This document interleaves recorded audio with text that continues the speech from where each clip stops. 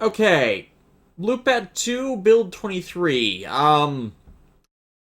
If you see me, just, breathing a line between my words, I've got this, lung thing going on. We're trying to figure out where I'm having difficulty breathing.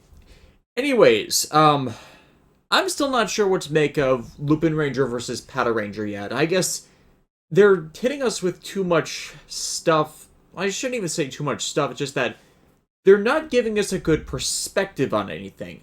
Once again, the entire perspective of the episode was on the Lupin Ranger for the episode, and it didn't allow us to really get a perspective on the Patranger yet, which, as I said, I was concerned about happening because it would be so easy to favor one team over the other. And as I keep saying about Sentai's versus movies, that is consistently where a crossover that has two Sentai teams either team up or fight each other and then team up eventually screw up. They favor one team that might be older or more experienced over the other team, or that's newer, or vice versa on that. Like, the completely incompetent juniors are shown to be better than the hyper competent seniors were shown to be, and stuff like that. The Patranger have a few good moments in here that kind of expands a bit more of their character, but it's very minimalistic. So it's still taking things from the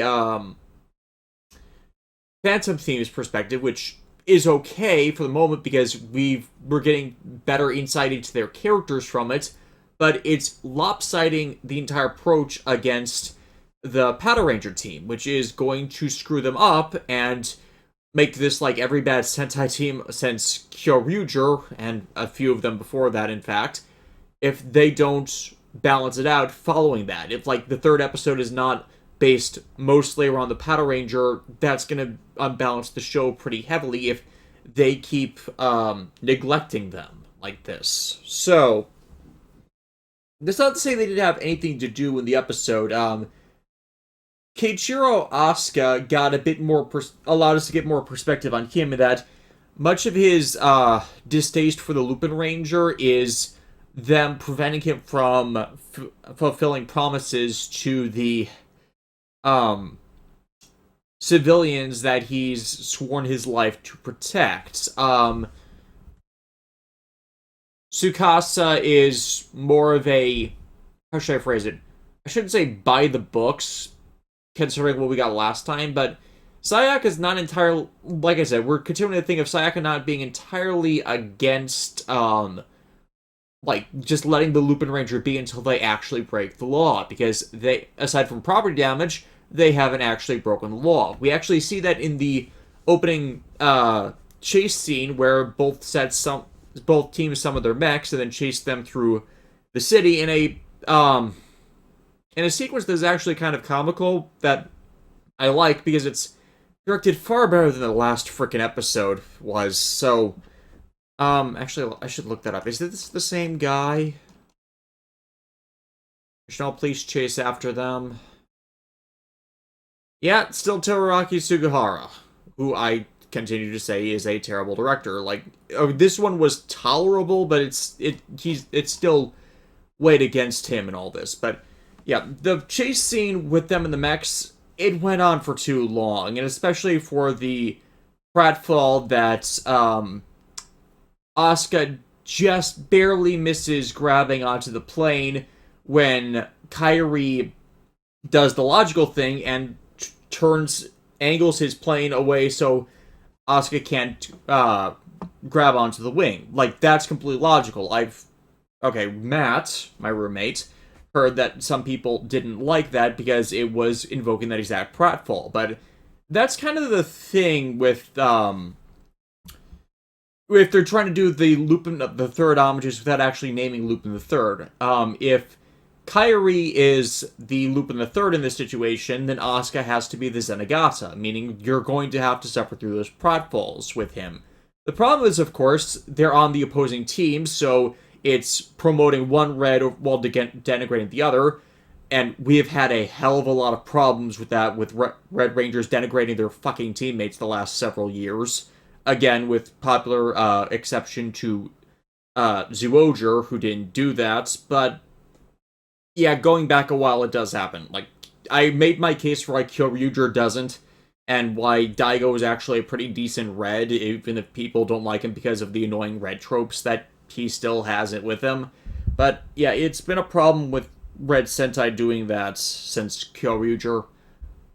Um, so I get where the source of the complaint is coming from, but it plays into this existing scenario for the cops and robbers theme, where the cop just always keeps missing them because he goes all fired up, angry resolve, and then is easily duped by the more serene and capable thief, which in this situation it was, because Asuka made a foolhardy short-term gesture that honestly was doomed from the start when he was going to fail in the first place. It's like, it was pretty damn pointless aside from, humiliating him to go that far. So I understand where it's coming from, but where the dislike of that was coming from, but to play into the motifs, you kind of have to have those kinds of things, and the show needs to compensate for it in other ways. And the Asuka promises thing with his civilians and Kairi seeing it, so even if they're on opposite sides, he can still have respect for the man, was a good way to deal with it, and continue to build the Lupin the Third Zenigata relationship. The two, I presume, they are trying to create between the two of them. The problem is, of course, that the Patranger's insistence on going after the Lupin Ranger completely screws them over, and this is where we have the problem here, because they focused on the Lupin Ranger over at the Monster of the Week, which was actually stealing things and harming people. The monster got away. The people's in essence, Asuka failed at his own frickin' quest. And if this was properly done, instead of being middling as it feels like, especially since I really feel they screwed up the first episode with some of these aspects, which is why it makes it, why I'm conflicted on it, because the first episode did a bunch of good things and did a bunch of bad things. And the second episode is kind of the fallout and result of that, because then they need to put all the stuff for the Lupin Ranger that should have been the first episode into the second episode, and then we don't have any time for the Patranger, because I really feel they should have had a scene with Commander Hilltop in this episode where he chews them out for letting the Gangler get away, and just denigrating their conduct against someone that is not exactly an enemy. They, as I was getting back to, aside from the property damage they're generating, which, it's actually something they could arrest them over, but not it's not as high a priority as the actual freaking monster that makes them cause it. Aside from the property damage thing, they're not actually breaking the law. Really. It's like, if you commit a crime if you commit a, forget what the phrase is. If it's not actually, no, it is, what am I trying to say with this? If you're exposing something illegal and preventing illegal actions from come to pass, you are not going to be criminally charged for anything you might have done in the interim on that. It's like, I'm not a lawyer, I'm not wordsmithing it. It's like, they're stealing the Lupin collection back, yeah, but those are stolen items in the first place, and they've been hired to return them to their rightful owner. A private detective doing that kind of thing is not going to be charged if they get wrapped up in, a bigger crime concerning that, because the police officers, part of that, would have returned that stolen property to the rightful owner in the first place. The fact it is the rightful owner is Arsene Lupin, the Phantom Thief for that, is a bit more cumbersome concerning those details, but, how am I trying to phrase this? The original Arsene Lupin, as far as we know, collected these items to keep them safe from other people's hands, and presuming any other statute of limitations on that, their ownership shouldn't have any issues. So his rightful ownership shouldn't have any issues. So it's still applicable for those kinds of things. Thus, the Pataranger's obsession with going after them, in spite of that, it's like, we got a bit of understanding about why they're like that last episode, where they feel it's an indignity for the police to not be able to stop these things, but people claiming the names of the ultimate phantom thief kind of is infuriating for them. But there's enough positive support for them and their vigilante activities for them to be arrested to actually do more damage long term, especially since, you're the reason why they have to be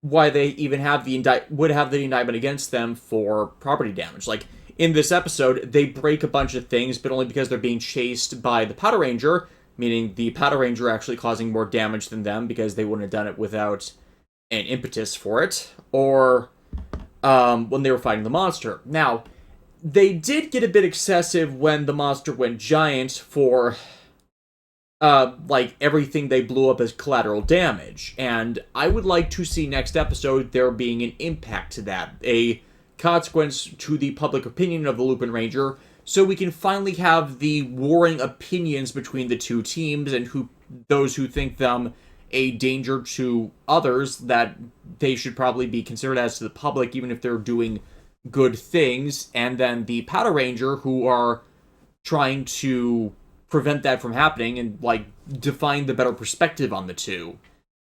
Because right now we have a lot of Lupin Ranger perspective stuff, but very little for the Patranger yet, besides the absolute basic necessities.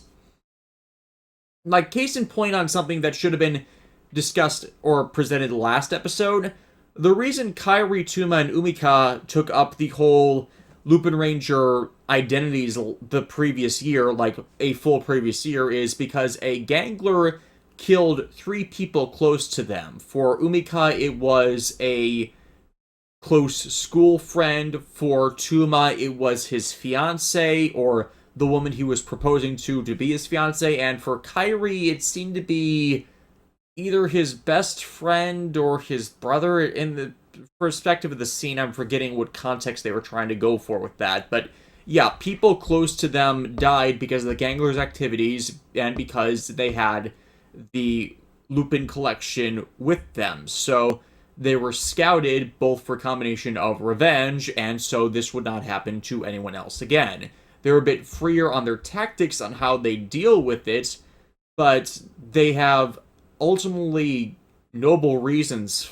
Okay, I would say noble reasons, because they were told by their benefactor that the Lupin collection, once all put together, can grant a wish, or not exactly a wish, but can create miracles. And you can see the perspective of how they're going about this, and basically the divergence point between the two hero factions.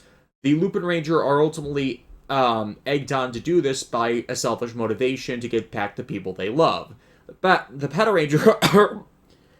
Ranger are doing this because it's their job to protect and serve, at least from as far as we see. And from the perspective we got from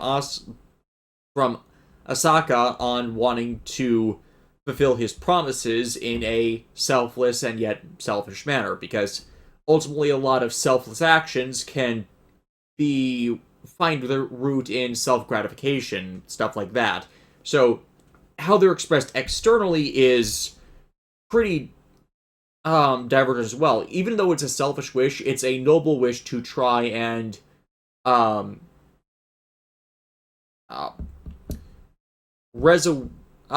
bring back people who were, or at least desire to bring back people who had their lives cut off abruptly by the actions of literal monsters. Whereas the Patranger, we're again getting the problem of we need time with them spent in an episode and not just rushing through everything, aka the problem that killed Ghost and Q Ranger for a lot of people. You can't rush past those points. You need time to develop it. You can't just have all action and fighting scenes. You actually need to have time spent with the characters to understand everyone's perspectives. And this is really the frustrating thing about Sentai lately, in how they're not really achieving a good balance of story and character plus action. They've been struggling with this since Go Busters, in fact. I've long stated my complaints about Go Busters, where it was just as much, if not more, focused on fight scenes than any narrative elements, which is what screwed it over for many people. So yeah, few other things too. Another thing, the loop aspect of the Lupin collection is the bone-breasted dinosaur lady. I'm forgetting Destra Majo, I think that is Destra Majo. No, that's the cucumber explosive one. Gocheru Meadow. It has two pieces of the Lupin collection. She has this surgeon gun and then this thing of binoculars that's just the recolored Sogen blade from Go Busters. But when she puts the syringe gun into her safe that's on her back, she can do change some of the, well, it looks like bones, but it kind of looks like needles as well. She can use those to inject the remains of the monster to make them grow giants. That was actually pretty ingenious, in that they won't have all the Lupin collection recovered until they defeat her, and thus remove the enemy faction's ability to fight off all their Megazords, unless they backwards engineer that stuff. So that there's a good aspect on that too.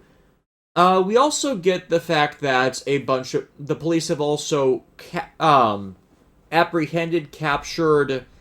What's the best way to phrase this? They have in their possession a bunch of pieces of the Lupin collection under lock and key. Presumably, they've been gotten from other ganglers that have been defeated, and thus the Lupin Ranger couldn't, take back those pieces of it. And this time, it takes the form of the Good Striker, which is the team's primary mecha, and combines all of their lesser mecha into forming the main combined machines of the series. The Good Striker can be combined with the team's weapons to just activate a bunch of lights and sounds, and in this episode is used in the the Patranger's finishing move, and also combines the Patranger into one physical being by pretty much just overlay smushing them together into Patren Yugo, which, yeah, it's a bunch of puns. The right side is layered with a pink armoring, the right side is given green armoring. It's really freaking tacky, but there is some hilarity in the three being forcibly fused and not realizing until after they beat the monster, but they're not really in sync at all. What I do like about the tail end of the episode as well is that the Patranger are starting to get into their heads that the Gangler should take priority over them doing anything with the Lupin Ranger. Thus, we can get interim episodes, if the monster suit count gets a bit low, of them spending a few episodes with the teams in conflict without the Gangler exactly being the focus of things. That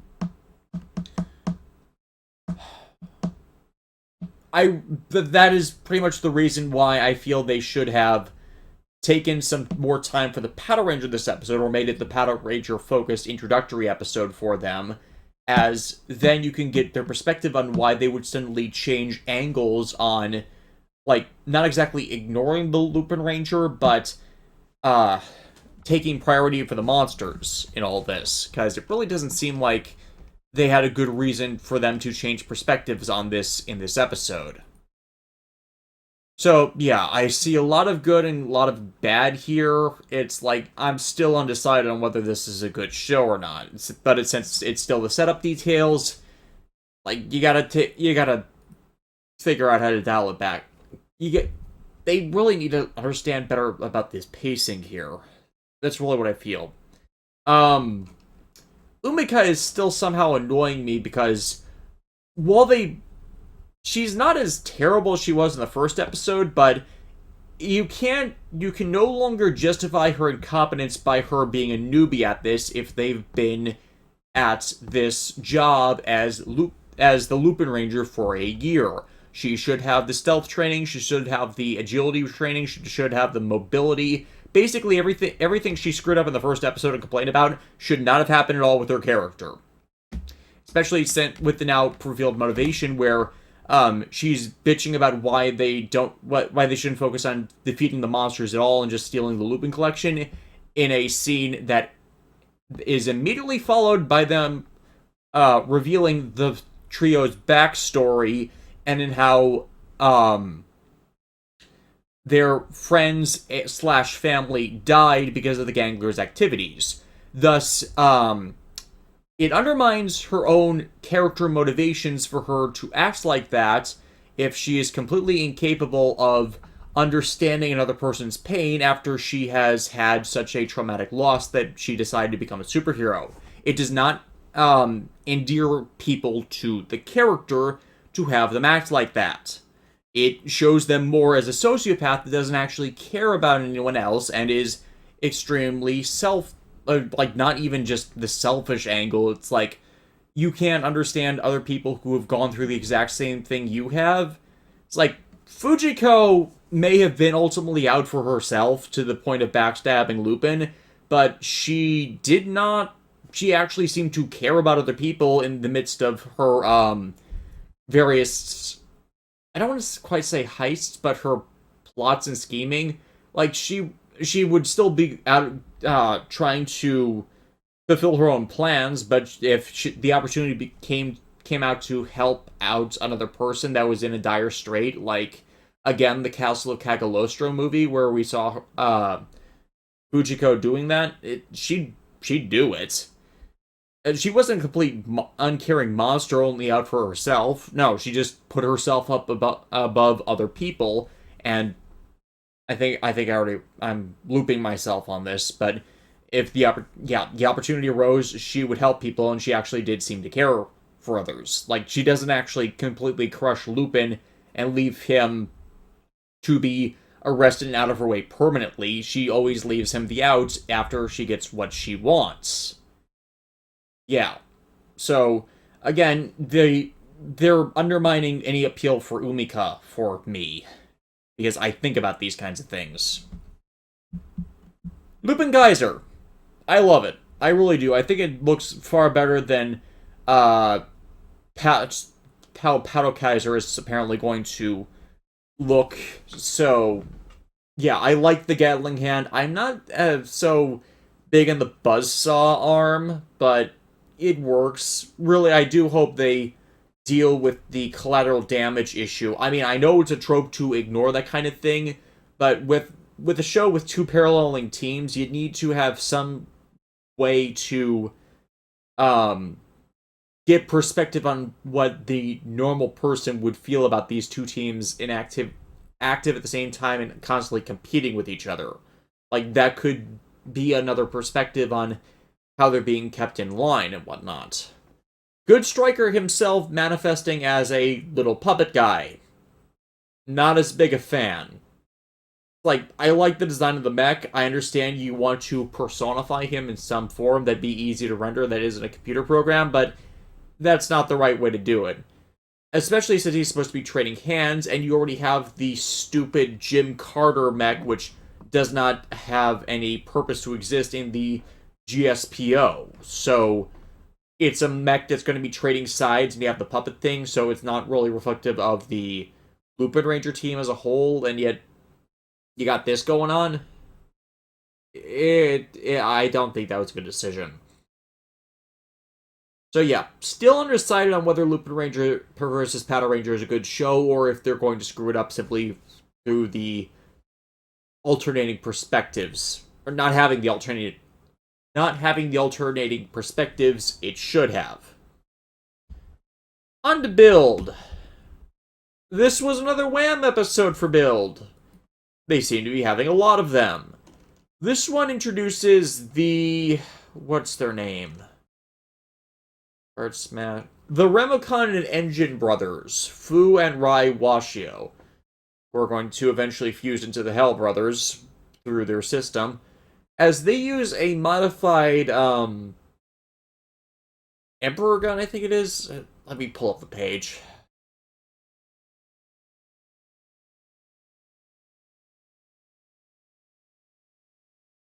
Nebula Steam Gun, that's it.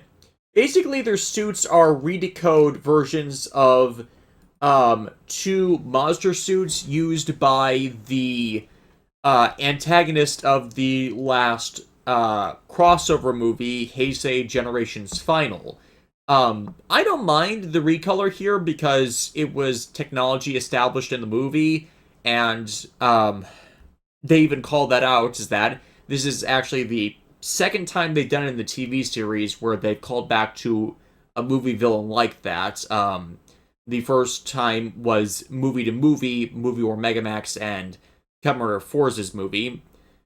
Um, Technically, it was movie to movie because Double Forever got it referenced in. You know what? That would take me for a while. But basically, they're a good use of redecode suits in a show that is introducing something new in literally every episode.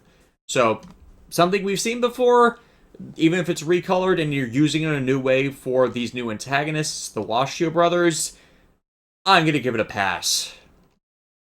But yeah, they are Seito's enforcers for this little saga of the Three Kingdoms war that the three regions have going for them, with Hokuto completely submitted as their military might was devastated trying to take over Toto, and with Seito just moving in to take over when they were all elsewhere or eliminated. So basically, they used the big fight to grab on the marbles between Toto and Hokuto to just take everything for themselves. Especially since Nanba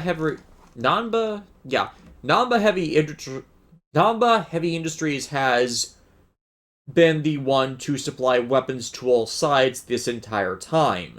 So basically, the weapons arms company is playing all sides for their own research and development plans, and this has resulted in Nitro, Gentoku Kimuro, into gaining the abilities of another Kamen Rider Rogue, through use of the Splash Driver and the Crocodile Crack Full Bottle. Now, Gentoku shows up with his new rider abilities at the end of the episode, so we don't know much aside from him entirely curb stomping Sento and Ryuga, as by that point the focus of events had shifted back to Toto, and he literally just one punches both of them, as you are wont to do when you are a new Kamen Rider on the block.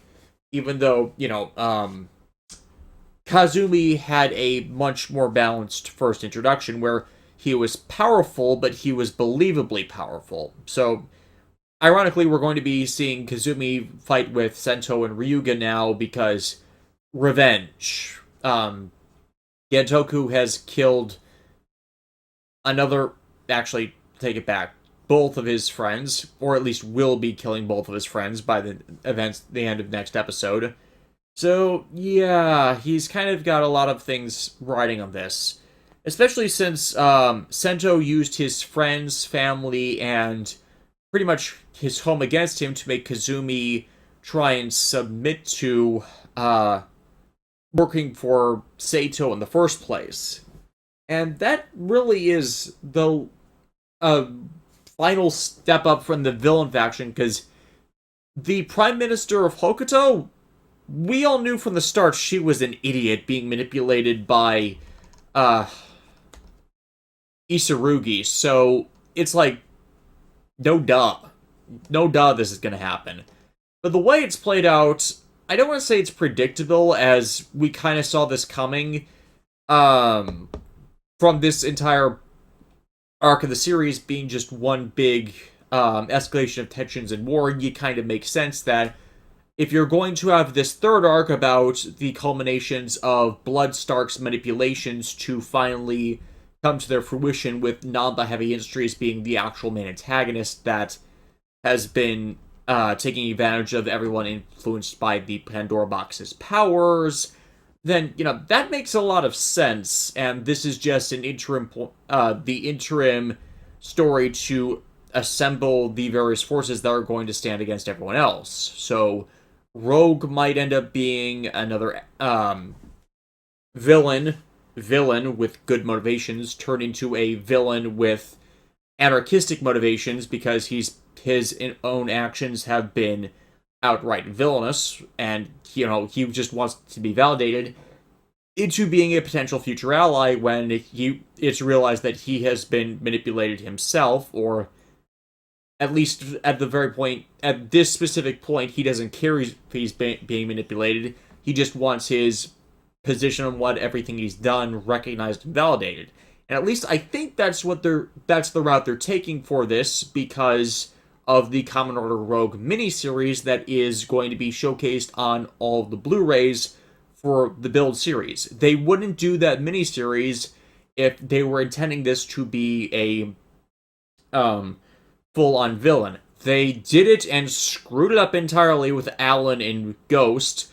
They at least Snipe had been established as, at the very least, an anti-hero long before those Blu-rays were coming out, so that one was actually feels like the best one they've done in retrospect, where they give certain insights to his character you saw bits of in the TV show, but just didn't, might have not gotten full perspective on to, flesh out more of his character, so there it more felt like it worked. And I think they're trying to recreate that perspective with Gentoku here, but they kind of, gave it away a bit early. Kamen Rogue himself, I feel he's the best designed suit so far. It's I don't know what it is with all the power lines, not even the power lines, the crack lines over his torso and face, and the way they form on the suit when it's transforming as the crocodile jaw is just chopping down his face and revealing them.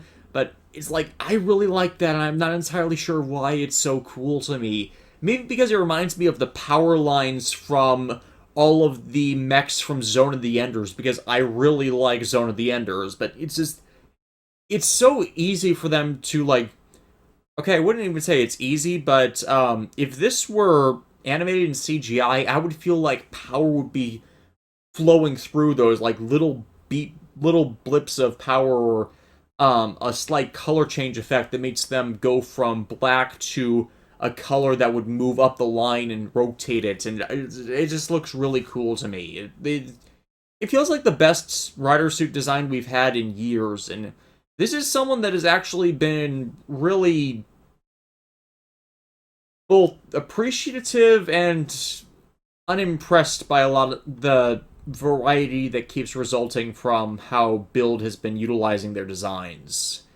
It's definitely the best design coming from this Clash driver, though, so far. So, it's got that going for it. But yeah, the basic thrust of this episode is all perspective on Kazumi, now that he's no longer an active villain and antagonist, and it complements everything we've been presented by so far, and the development of the war plot.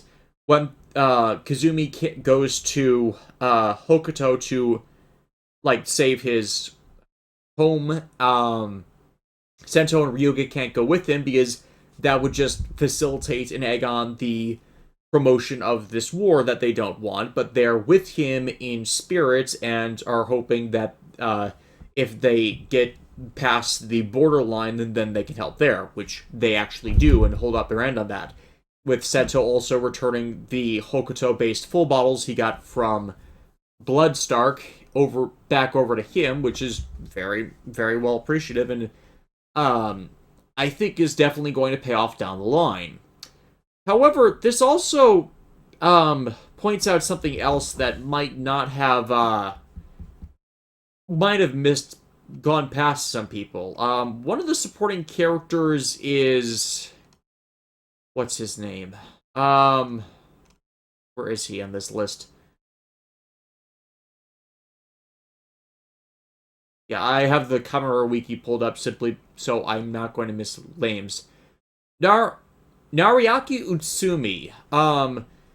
Nariaki was one of the characters I really didn't touch on much, but he was basically Gentoku's understudy in a bunch of things. He was a researcher alongside Sento back when they were trying to do elaboration of the Pandora Box stuff, and he kind of had he's basically the inventor of the Nebula steam gun that the Washio brothers are using to become the Rimokan and Engine brothers for Seito's military faction. And basically, the second that happened, something clicked in my head.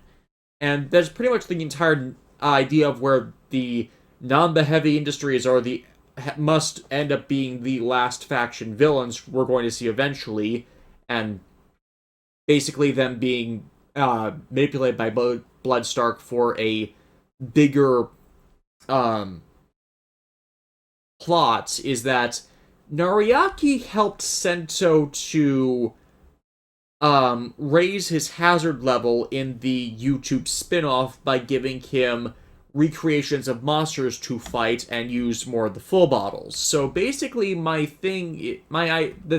I'm seeing form together in my head from the preview information we've had on Build is in the late end of the show, at the very least episode 32, we're getting a remodeled build driver called the Evol driver, which uses Evol bottles to create a more advanced and powerful rider form than anything else seen in the series. We know its main user is going to be Common Rider Evol, meaning it's likely gotta be resultant from the further research into full bottles, but the only person that's really doing that research with the main 60 is Sento in his utilization of them as build, meaning anyone who is around him and assisting him in utilizing more of these bottles, whoever can get in close with this to gather data on them, is basically a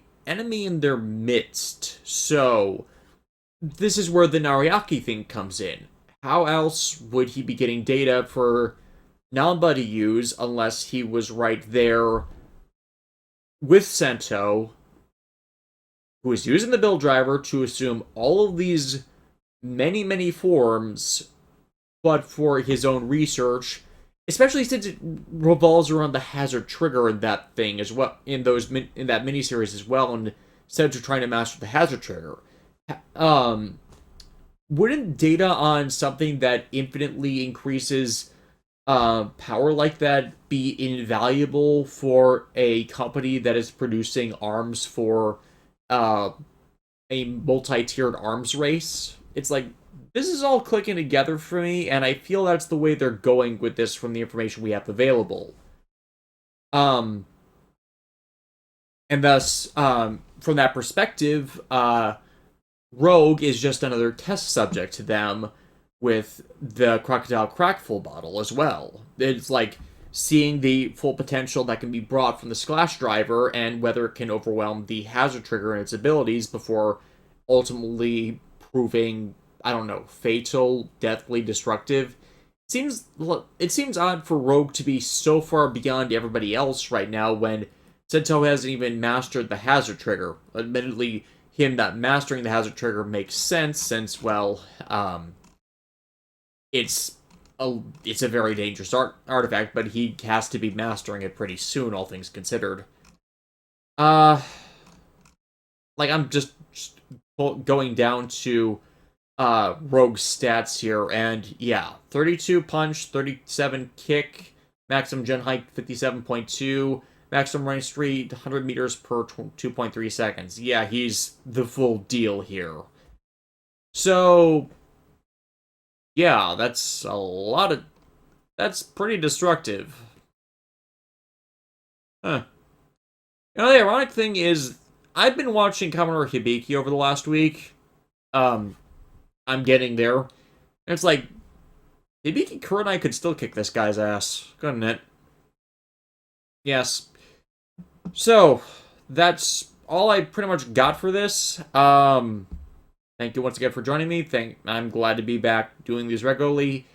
And yeah, I'm looking forward to what they're dealing with next week. Hopefully, it will be more my tune.